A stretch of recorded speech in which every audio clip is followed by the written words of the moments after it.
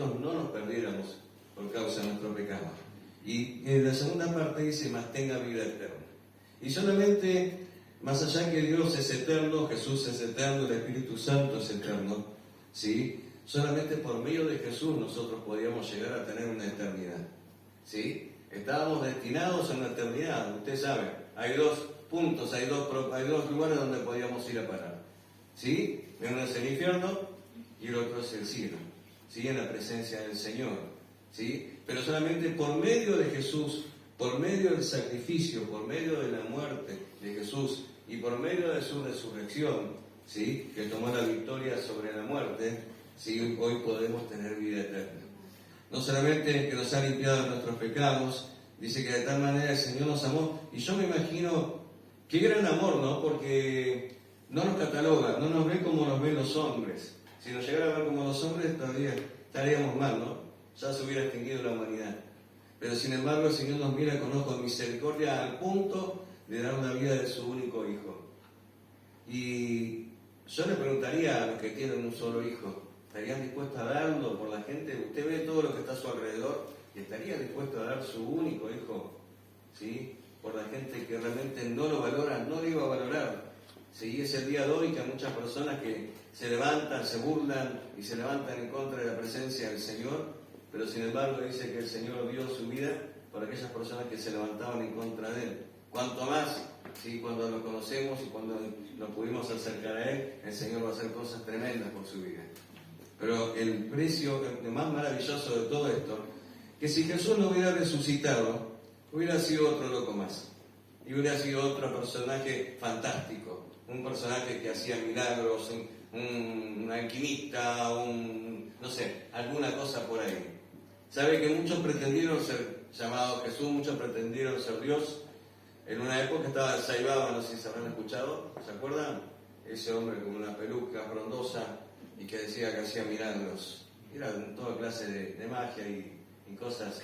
Él decía que era Jesús, que había bajado de la cruz, había cruzado a la India, sí, en un barco y se había establecido ahí, que era la reencarnación de Jesús. ¿Sabe qué pasó con Saibaba? Aparte que tuvo muchas denuncias por abuso sexual, ¿sabe qué pasó con este hombre? Se murió.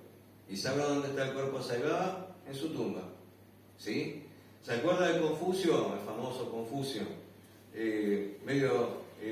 Dentro de lo que es el budismo, ¿sí? Una persona muy conocida, una persona con mucha inteligencia, una persona, pero pasó lo mismo con Confucio, que lo mismo que va a pasar con cada uno de nosotros. El día que nos toque partir con el Señor, nuestro cuerpo va a quedar en una tumba.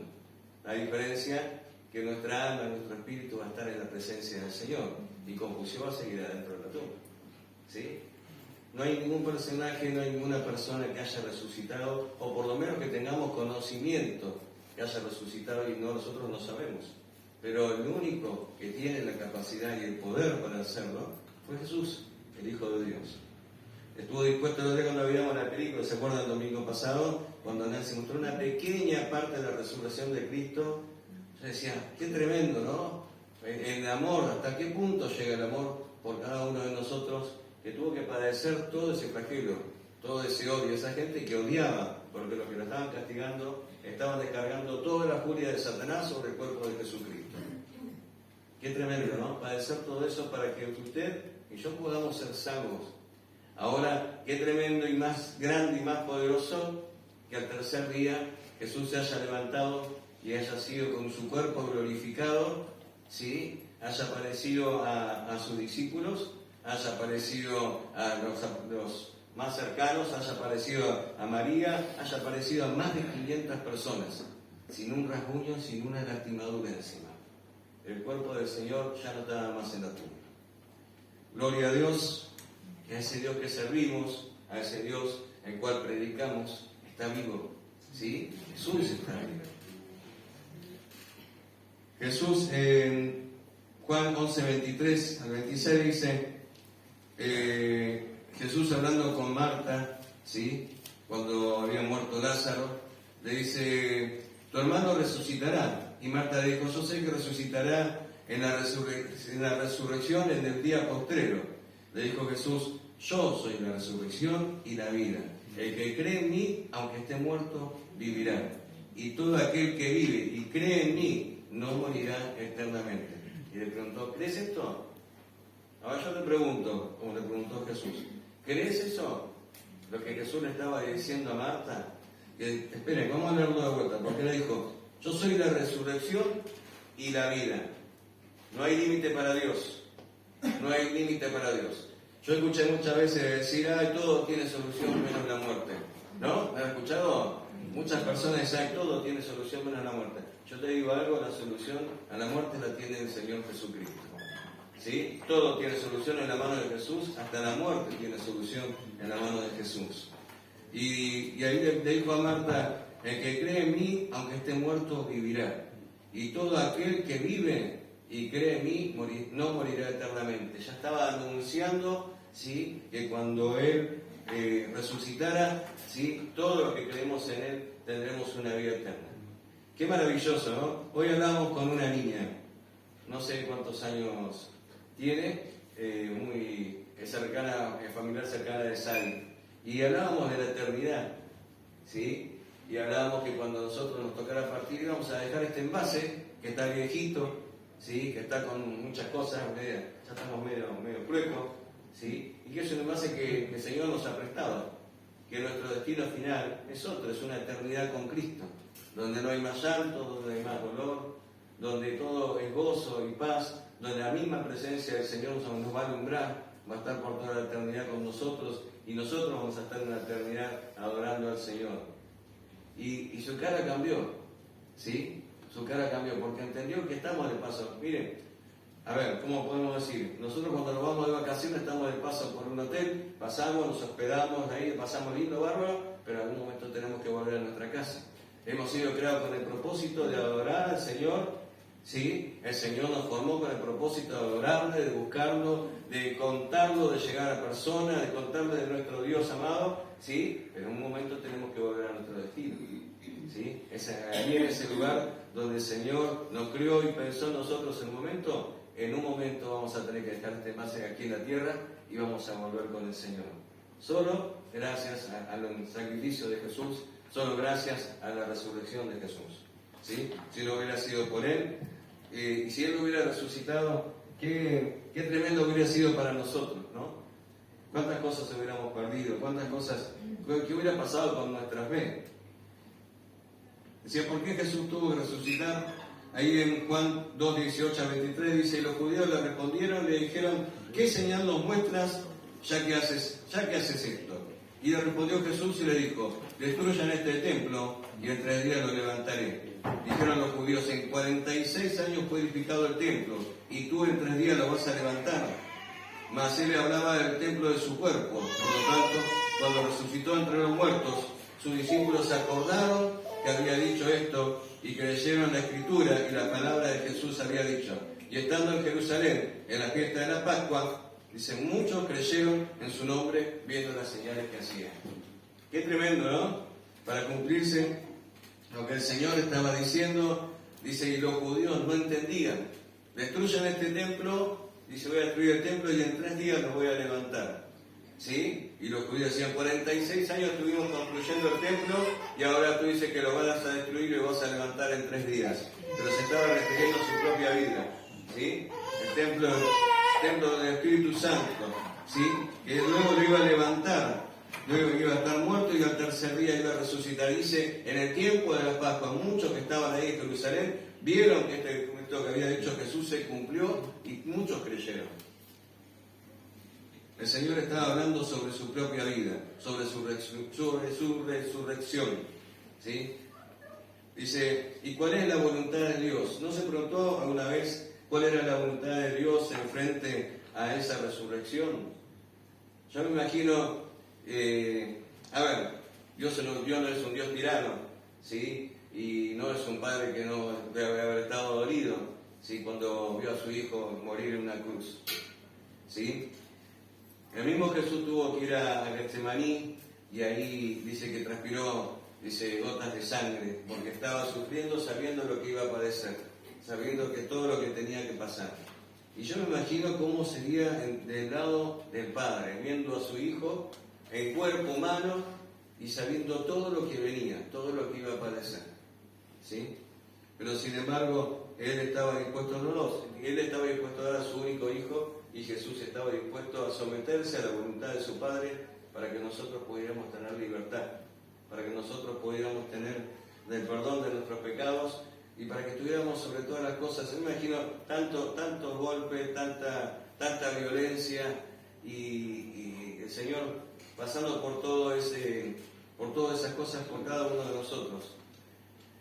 Cuando uno piensa alejarse del Señor, ¿no? Cuando uno vio que hay cosas en la vida que nos hacen pensar, o a veces dudamos, o a veces queremos alejarnos del Señor. Yo creo que cuando pensamos un poquitito de lo que pasó Jesús antes de llegar a la cruz, ¿sí? Porque después fueron esos clavos, hoy hablaba el predicador en la mañana, esos clavos medían entre 18 y 22 centímetros y atravesaron sus muñecas y atravesaron sus pies, ¿sí? Y cuando el crucificado perdía sus fuerzas y se agachaba, perdía toda oportunidad de respirar, colapsaba sus pulmones, pero cuando se estiraba podía respirar, ¿sí? Por eso se le clavaban unos clavos en sus pies para que no pudiera estirarse, para que no pudiera pararse. Y yo digo, ¿cuántas cosas, no? Volvió a pasar Jesús. Hoy, a ver, yo les vuelvo a describir, todas esas cosas ustedes las han visto, y quizás no eran ni un cuarto lo que usted vio en la película con todas las cosas que pasó el Señor. Pero sin embargo, así todo, el amor del Señor supera mucho más, por mucho y por lejos, todo lo que nosotros nos podemos imaginar. Por eso es importante que podamos entender cuando tenemos alguna duda, por qué estamos en este lugar, qué es lo que estamos haciendo, es porque el Señor pensó en nosotros. Es porque el Señor no solamente pensó en lo que estaba en ese momento acompañándolo, sino también estaba pensando en usted. ¿Sí? Cuando iba a esa cruz estaba pensando en usted. Cuando resucitó, estaba pensando en usted. Hay pruebas reales, ¿sí? De que el Señor resucitó. No es que nos quedamos con lo que dijeron los discípulos, ¿sí? Porque algunos pueden decir es una mentira, estaban emocionados, vieron una ilusión y tantas cosas que se pueden decir. Dice que el Señor Jesús, ahí podemos encontrar en 1 Corintios 15, del 3 al 7, dice: porque primeramente os he enseñado lo que yo mismo recibí, que Cristo murió por nuestros pecados conforme a las Escrituras, y fue sepultado, y que resucitó al tercer día, conforme a las Escrituras, y que apareció a Cefas, y después a los 12, y después apareció a más de 500 hermanos a la vez, de los cuales muchos viven hoy y otros ya duermen. Después apareció a Jacobo y después a todos los apóstoles. ¿Sí? Miren todos los testigos que había de la resurrección del Señor.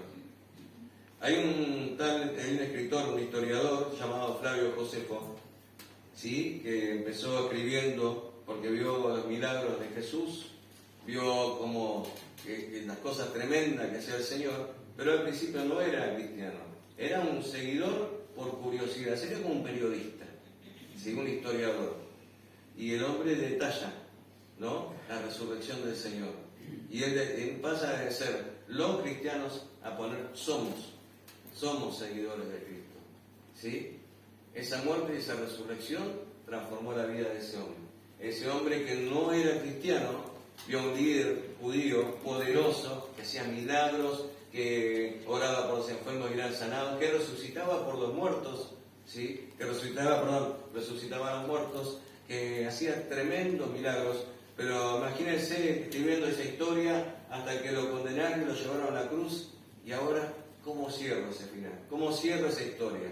¿Sí? El hombre que hacía milagros, el hombre que supuestamente para él que no lo conocía venía de parte de Dios. ¿Y cómo cierra esa historia?